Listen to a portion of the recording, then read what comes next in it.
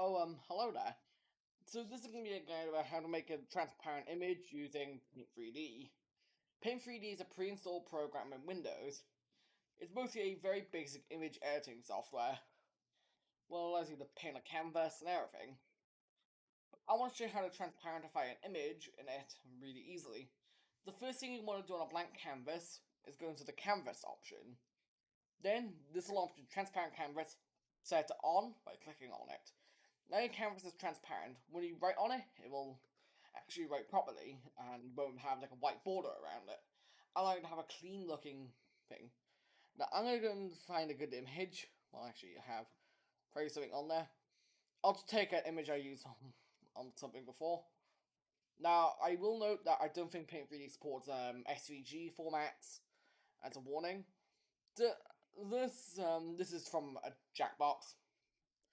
So basically, we can change the canvas size by going into the canvas menu and pitching on the corners to set it to a lower resolution.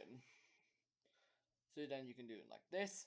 Now it's at the right scale, which makes things much easier, because when you scale up and down a raster, aka PNG, JPEG, it does lose some resolution, so you gotta keep that in mind. While SVGs, aka vectors, do not lose their resolution when you scale them. That's why they're called scale. That's why SVGs are called scalable vector graphics.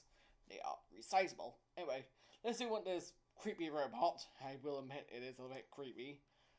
So the one main way is to use Magic Select. It's a built-in tool that mostly allows you to pick out the background. So you click the Magic Select option here.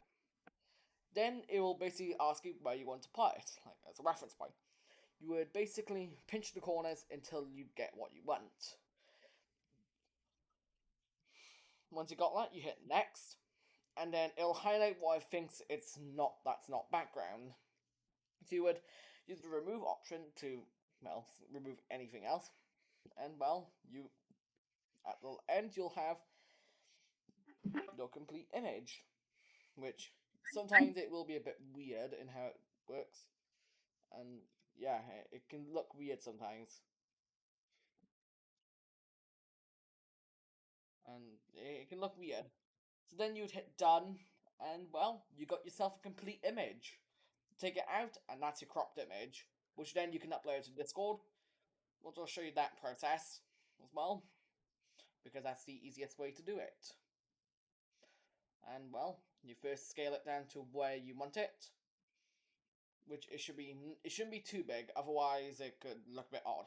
Also, if it has text, it's probably not going to be readable. So then you would tag, let's just call it test. I already have so much test. Sorry about my folders.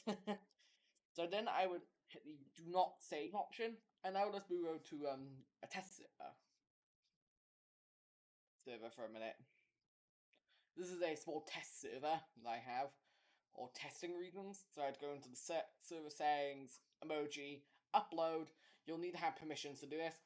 So then you would go and find your image in your folders. So if I find it's called test something, you test 1121. I'll upload that, and there you go. It's added to the server, and it's now used by about all members that have emoji. And there you go. That's your emoji, which it looks a lot cleaner than what it should.